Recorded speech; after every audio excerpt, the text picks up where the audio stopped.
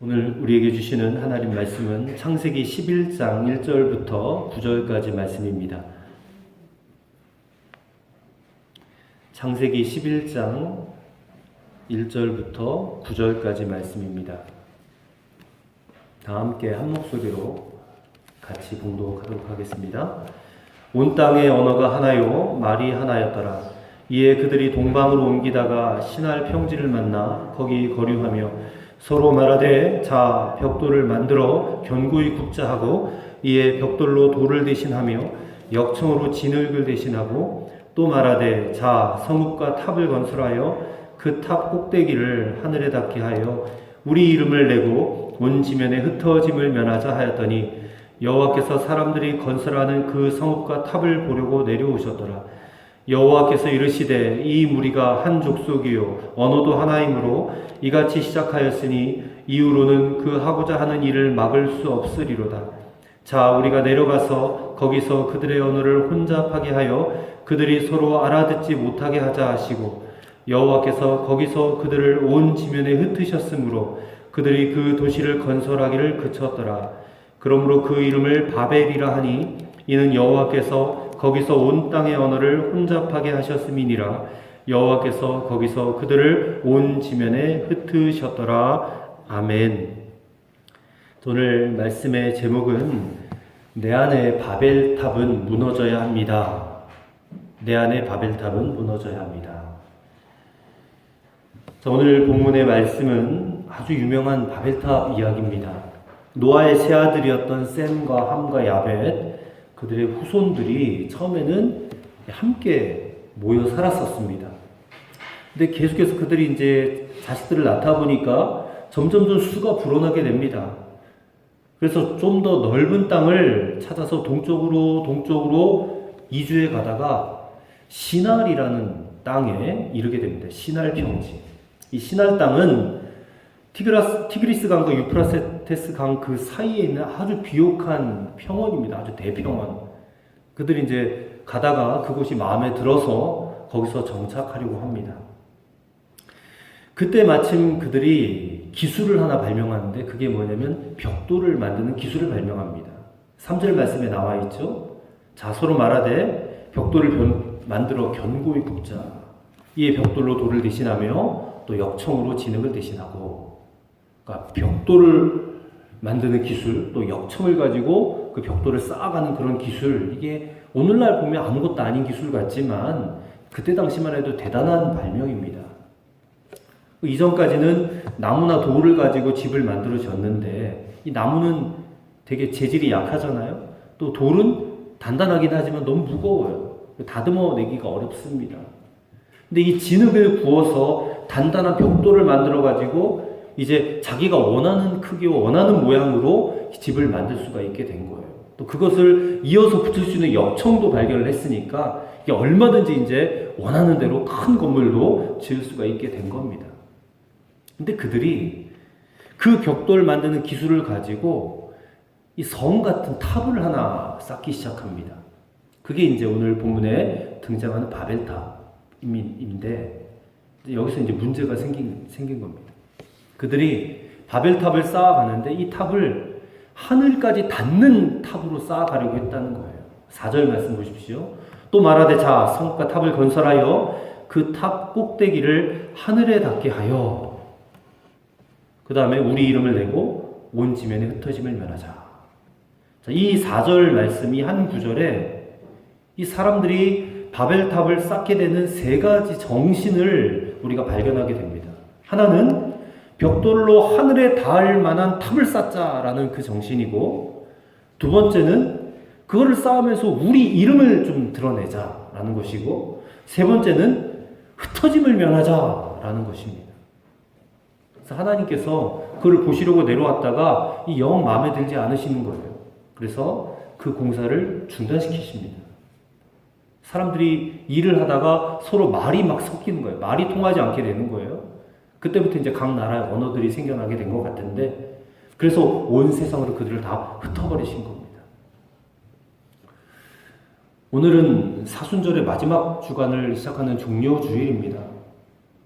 예수님께서 이제 고난을 받으시고 십자가에 못 박혀 죽으시기 위해서, 죽기 위하셔서 예루살렘에 입성하신 것을 기념하는 예배지요.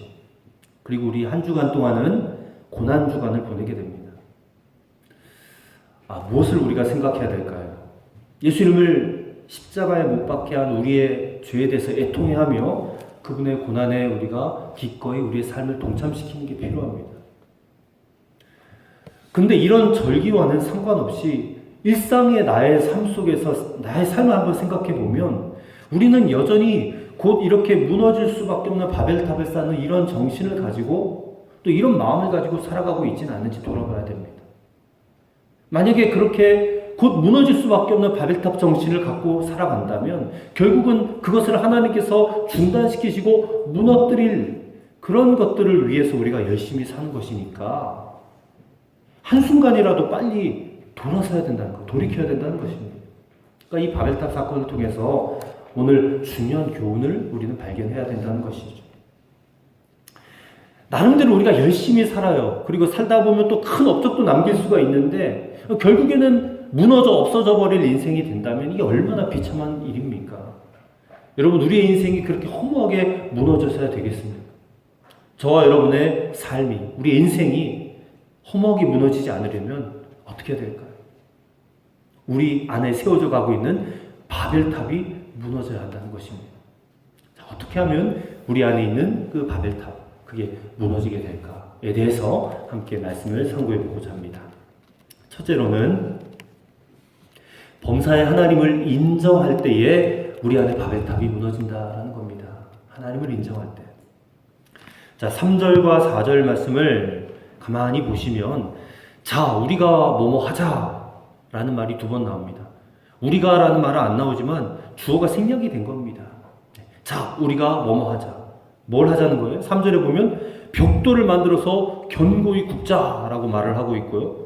그 다음에 4절에 보면 자, 우리가 성읍과 탑을 건설해서 그 탑 꼭대기를 하늘에 닿게 하자. 우리 이름을 내고 온 지면 흩어짐을 면하자. 그렇게 말을 합니다. 자, 이 3절과 4절 말 가운데에 무너져야만 할 바벨탑의 비밀이 있습니다. 우리가 뭘 하자라는 그 말에는 뭐 잘못한 게 없겠지만 그 일을 함에 있어서 하나님은 그냥 확 빼버린 거예요. 배제해버렸다는 것이 이게 문제라는 겁니다.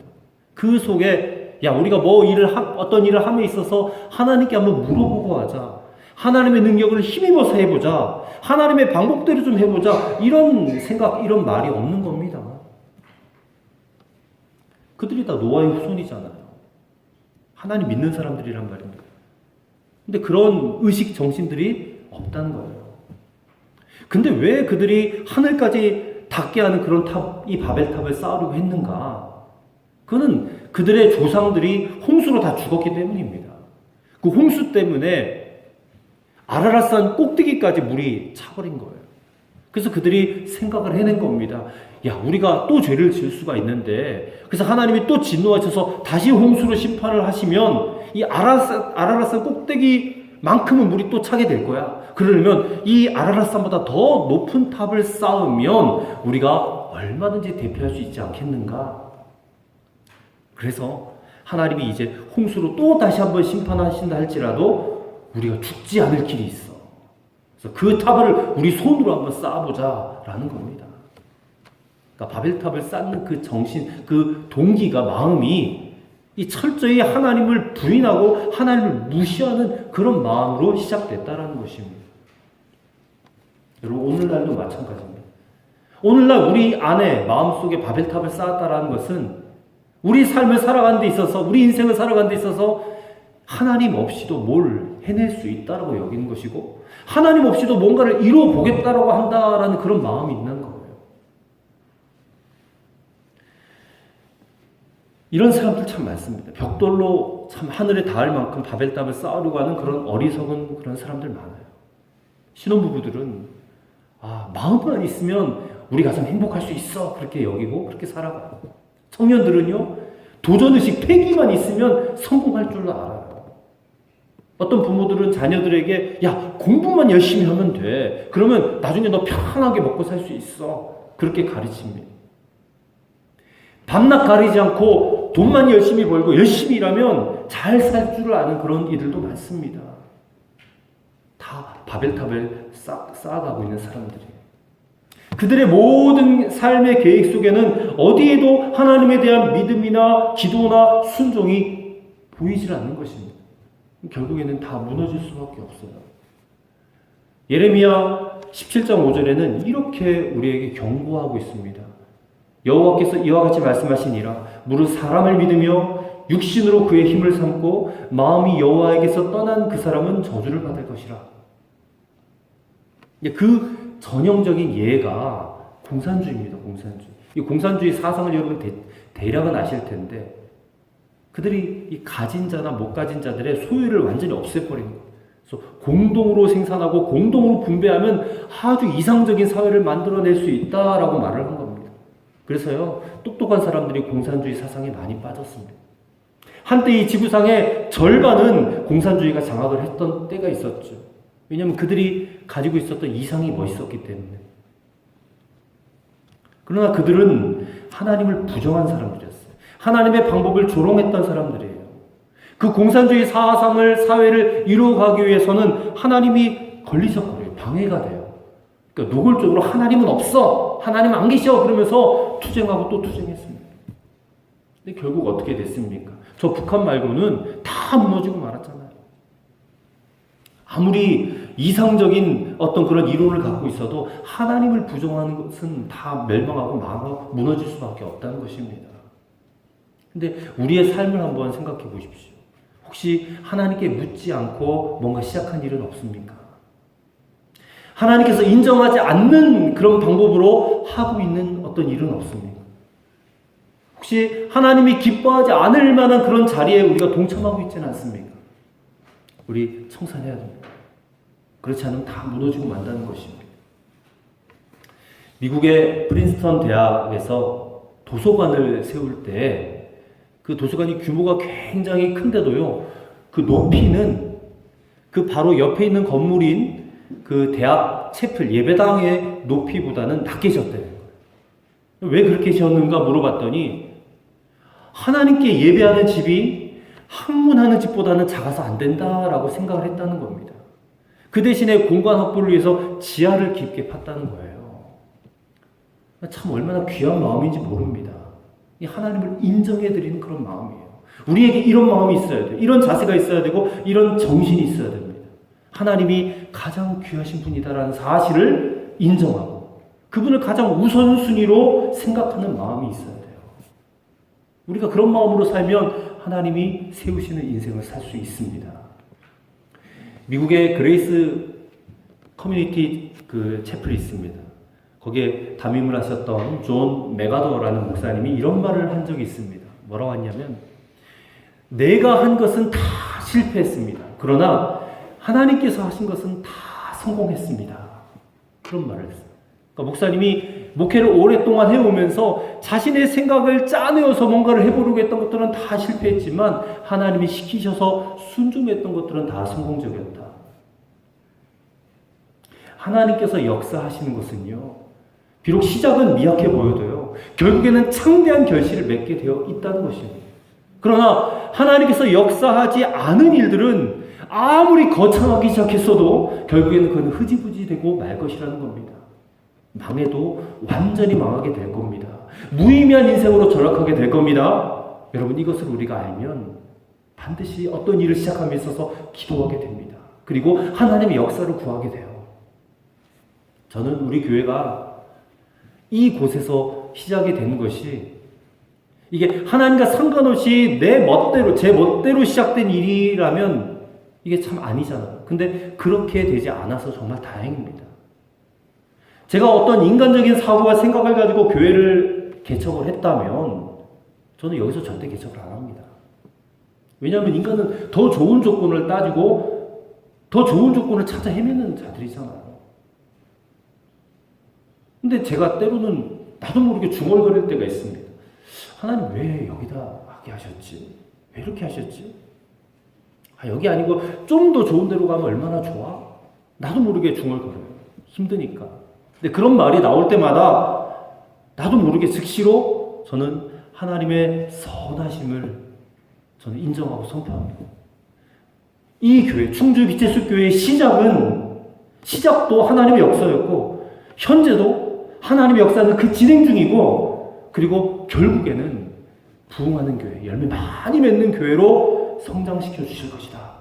자꾸만 입술로 하나님을 인정하고 하나님의 하실 일들을 선포하고 그렇게 기도하며 나가면 반드시 하나님께서 그 말대로 이루실 거라고 저는 믿습니다.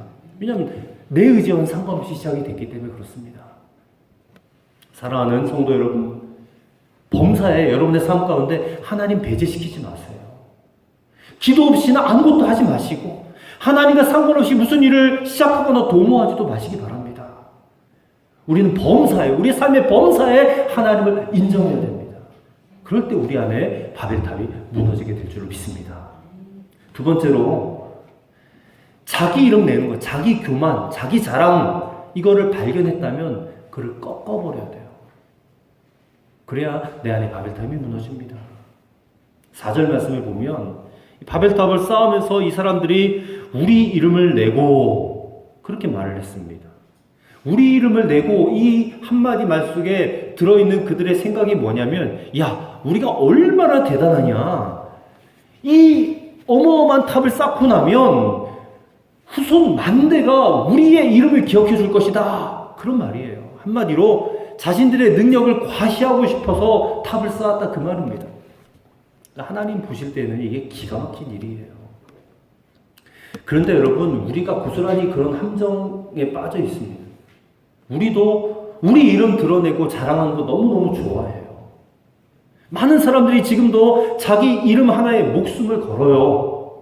우리 안에 자랑하고 자기 이름을 드러내고자 하는 욕망이 얼마나 강한지 모릅니다. 아주 작은 일에도 우리는 무시당하면, 내 이름이 무시당했다 하면 얼마나 기분 나빠합니까? 얼마나 분노합니까? 우리는 이 자존심으로 똘똘 뭉친 사람들이에요. 어떻게 하면 다른 사람들보다 높아지려고 하고 싶고, 또 그 점에서 우리가 문제가 생기면 견디지를 못하는 게 우리의 심성입니다. 이제 저가 그런 사람이었어요.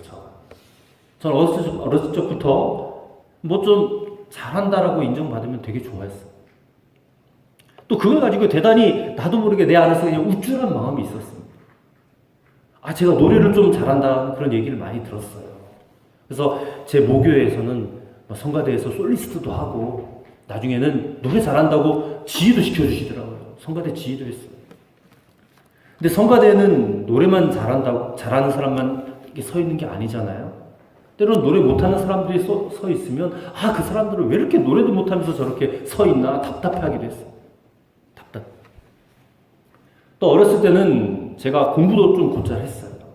그러다 보니까 공부를 좀 잘하지 못하는 아이들에 대해서는 좀 우월감이 있었어요. 겉으로는 내색 전혀 하지 않고 그런 애들에 대해서 난 쟤들보다 공부 좀 잘하지.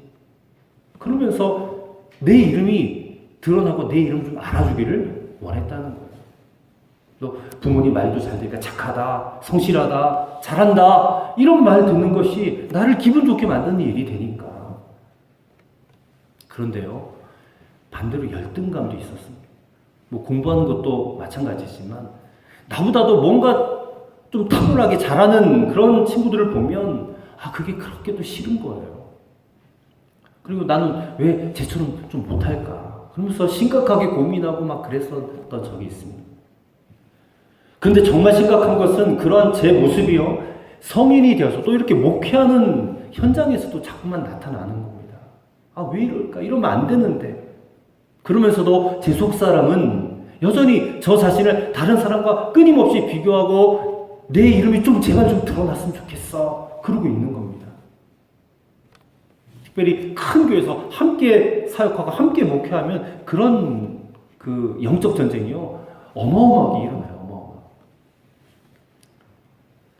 그러면서 남보다 내가 더 잘하기 위해서 더 많은 노력을 해야 되는데 사실 그렇게 하지도 않고 마음만 앞서는 거예요. 그러다 보니까 나보다 좀 잘난 사람에 대해서 그 사람의 약점이나 또 그 사람에 대한 어떤 잘못된 점들을 찾아내서 나도 모르게 비판하고 비난하는 어떤 그런 현대판 바벨탑을 제 안에 쌓아가고 있었던 것입니다. 그게 비단 저의 모습이겠습니까? 우리 모두의 모습 아니겠습니까? 특별히 교회는 이 연말이 점점 다가오면 내적으로 몸살을 앓는다고 합니다. 이 연말에 직분자를 세우잖아요. 집사, 권사, 장로 세워가잖아요. 근데 어떤 성도들은 자신은 분명히 집사가 될 줄 알았는데, 권사가 될 줄 알았는데, 교회에서 나를 안 뽑아줬다는 거예요. 그러면 낙심하는 겁니다. 그게 너무 심각해지면요, 그냥 교회를 떠나요. 여러분, 우리는 거룩한 성도의 이름을 가진 자들인데, 이 성도라는 이름에 만족하지 않아요. 그 뒤에다가 성도는 좀 떼버리고 이제는 아무개 집사, 아무개 권사, 아무개 장로. 우리는 교회를 수십 년을 다녀도 자기 이름 내는 것 이거 하나 극복하지 못합니다. 성경은 분명히 우리에게 이렇게 말씀해요. 고린도전서 1장 29절 이하에 보면 아무 육체라도 하나님 앞에서 자랑하지 못하게 하려 함이라 했습니다. 자랑하려면 주 안에서 자랑하라 그랬어요. 자랑하지 말라는 거예요. 우리 이름 내는 거 그렇게 하지 말라는 거예요. 그게 교만하다는 겁니다. 여러분, 우리 모두가 다 잘 살기를 원합니다. 또 성공하기를 원해요. 또 그것은 저는 하나님의 뜻이라고 생각합니다. 이 땅에서 우리는 잘 살고 성공했으면 좋겠어요. 그러려면 내 안에 하나님보다 높아지려고 하는 나의 마음들이 있어요.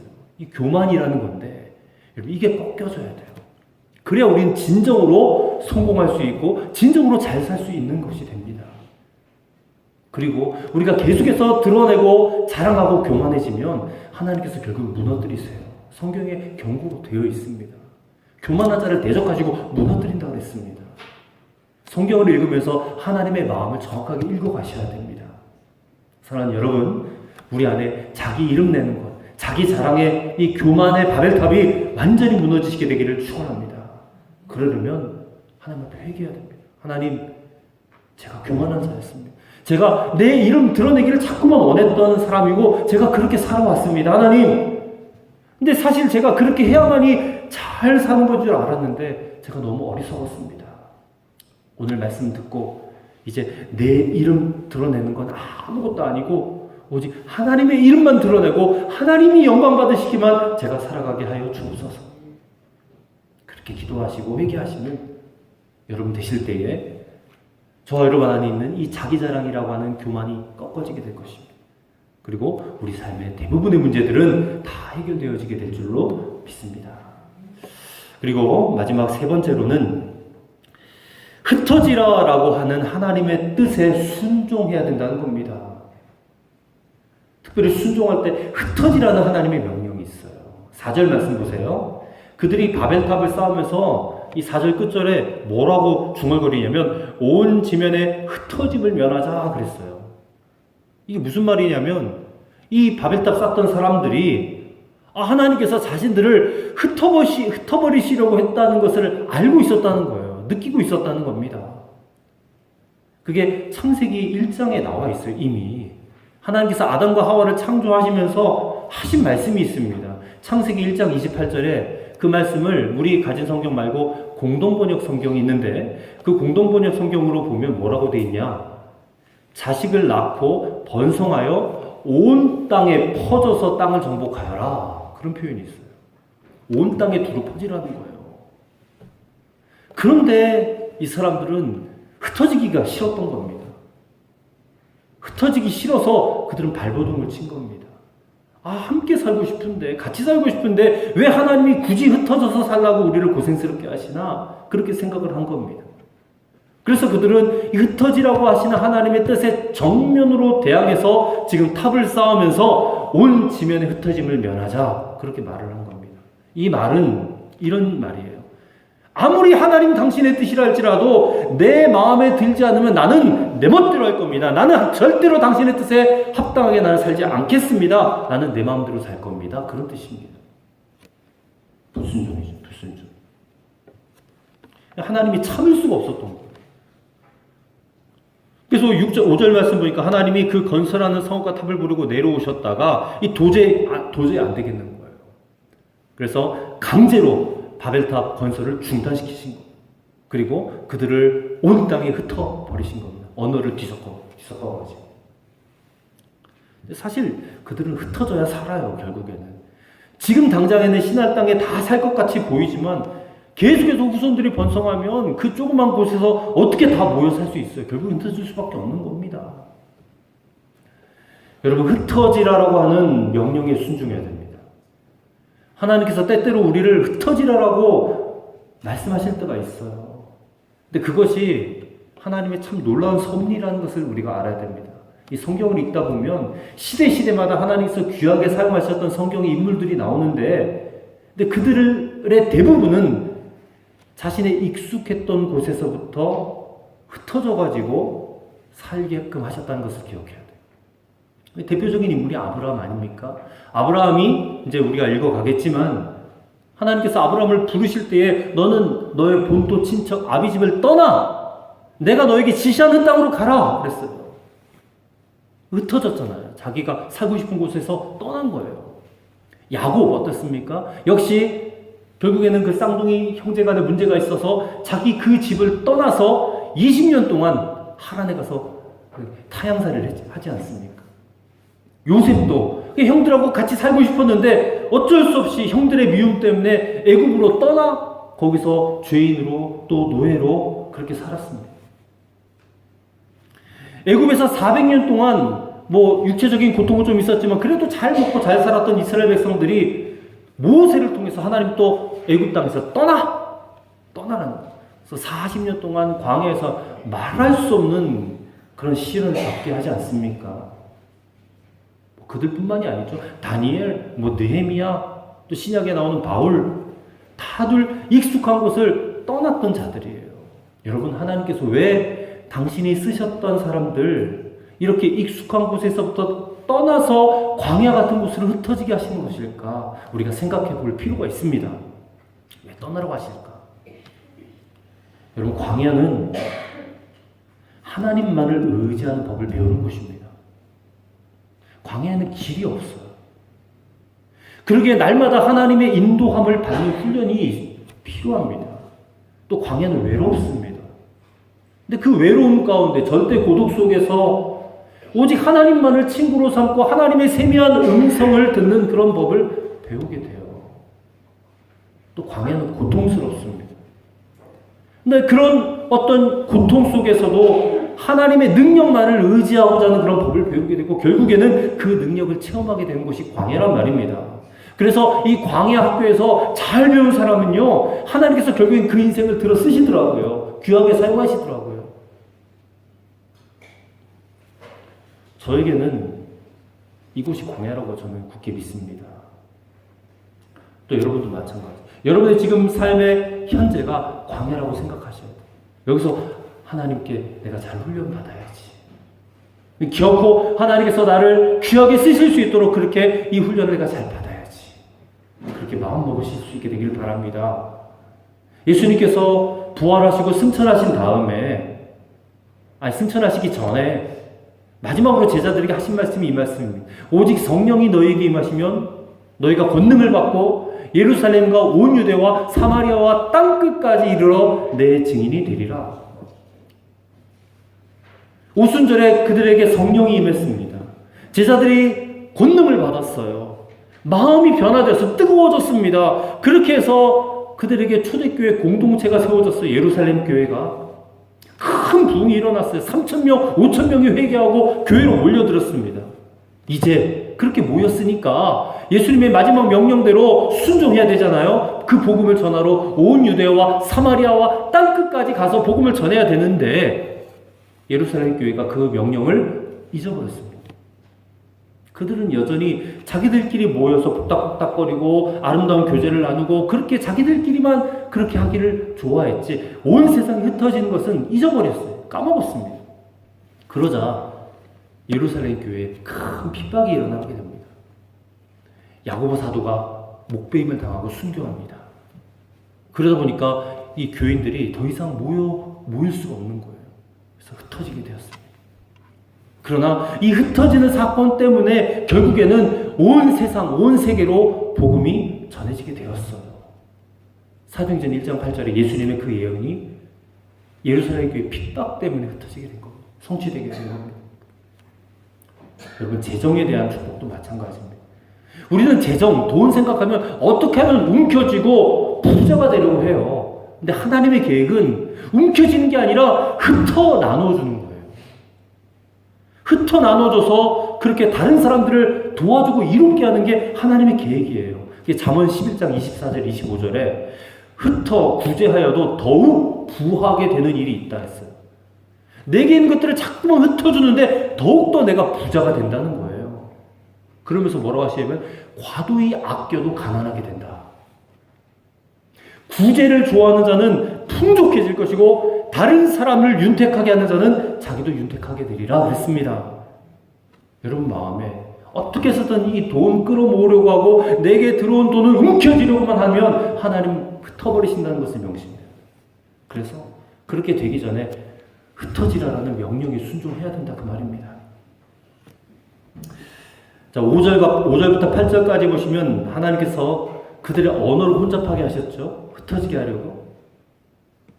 5절부터 8절을 보십시오. 여호와께서 사람들이 건설하는 그 성읍과 탑을 보려고 내려오셨더라. 여호와께서 이르시되 이 무리가 한 족속이요 언어도 하나이므로 이같이 시작하였으니 이후로는 그 하고자 하는 일을 막을 수 없으리로다. 자, 우리가 내려가서 거기서 그들의 언어를 혼잡하게 하여 그들이 서로 알아듣지 못하게 하자 하시고 여호와께서 거기서 그들을 온 지면에 흩으셨으므로 그들이 그 도시를 건설하기를 그쳤더라 했습니다.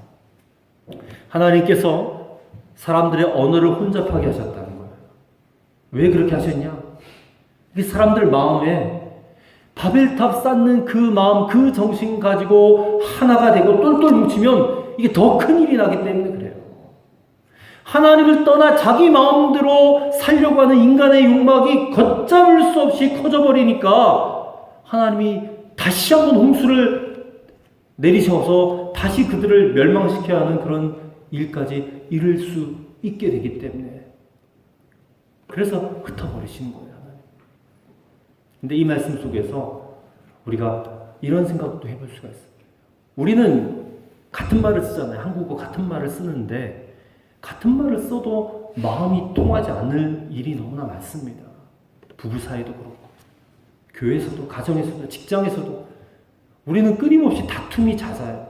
마음이 하나 되지 못하고 그래서 괴로울 때가 많습니다. 왜냐하면 우리 스스로가 다 내가 원하는 대로 다른 사람을 바꾸려고 하기 때문에 그래요. 남편은 아내가 자기가 원하는 대로 바꾸려고 하고 아내는 남편을 자기가 원하는 대로 바꾸려고 하고 부모는 자녀를 자기가 원하는 대로 바꾸려고 하고 목사는 교인을 자기가 원하는 대로 바꾸려고 하고 이런 가정, 이런 교회는 불화만 생기고 갈등만 쌓일 수밖에 없다는 것입니다. 여러분 우리는 다 죄인입니다. 이 사순절 기간에 우리의 죄인됨을 보셔야 돼요. 이 죄인된 우리가 할 수 있는 일이 뭐가 있을까요? 아무것도 없습니다. 나는 아무것도 아니에요.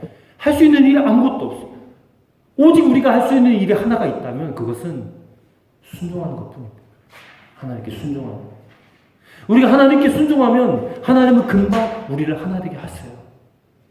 오순절 마가다락방에 성령이 임하셨습니다.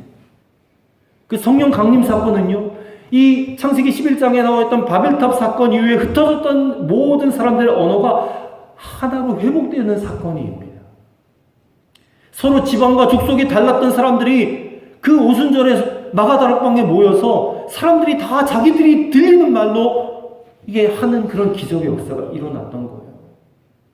그때가 되어서 이방인과 유대인의 장벽이 다 무너졌다는 것이 단절된 모든 사람들이 하나가 되었습니다. 성령 안에서 다 한 형제 한 자매가 되었어요. 온 인류가 이 성령 안에서 한 식구가 되었다라는 것이죠. 우리에게 주시는 하나님의 명령에 대해서 우리는 기꺼이 순종해야 됩니다. 사랑하는 성도 여러분, 종료주일로 오늘 보내고 있습니다. 오늘 이 아침에 우리가 우리 마음을 다시 한번 잘 점검해 보십시다. 내 인생 가운데, 이 마음 가운데 바벨탑 쌓는 이 마음이 있다면 결국 무너질 수밖에 없어요. 우리 안에 세워져가는 바벨탑이 무너져야 돼요. 그러면 우리 인생은 하나님이 다시 세워가신다. 이 말씀을 통해서 오늘 저와 여러분 마음 가운데 세워진 바벨탑이 완전히 무너지고 그리고 우리 인생은 하나님의 능력으로 완전히 세워지는 그런 축복의 삶이 되시기를 주의 이름으로 간절히 축원합니다. 기도하겠습니다. 하나님 아버지, 내 안에 쌓여져 가고 있는 바벨탑을 볼 수 있게 하여 주옵소서. 완전히 무너져야 할 바벨탑이란 사실이 깨달아지게 하옵소서. 하나님을 부인하고 무시하는 바벨탑이 무너지게 하여 주옵소서. 내 이름을 드러내고 자랑하려고 하는 교만의 바벨탑도 무너지게 하여 주옵소서. 하나님의 뜻에 불순종하는 바벨탑도 무너지게 하여 주옵소서. 그리하여 우리 인생이 하나님의 능력 안에서 새롭게 다시 세워지는 축복의 삶이 되게 하여 주옵소서. 감사하며 예수님의 이름으로 간절히 기도하옵나이다. 아멘.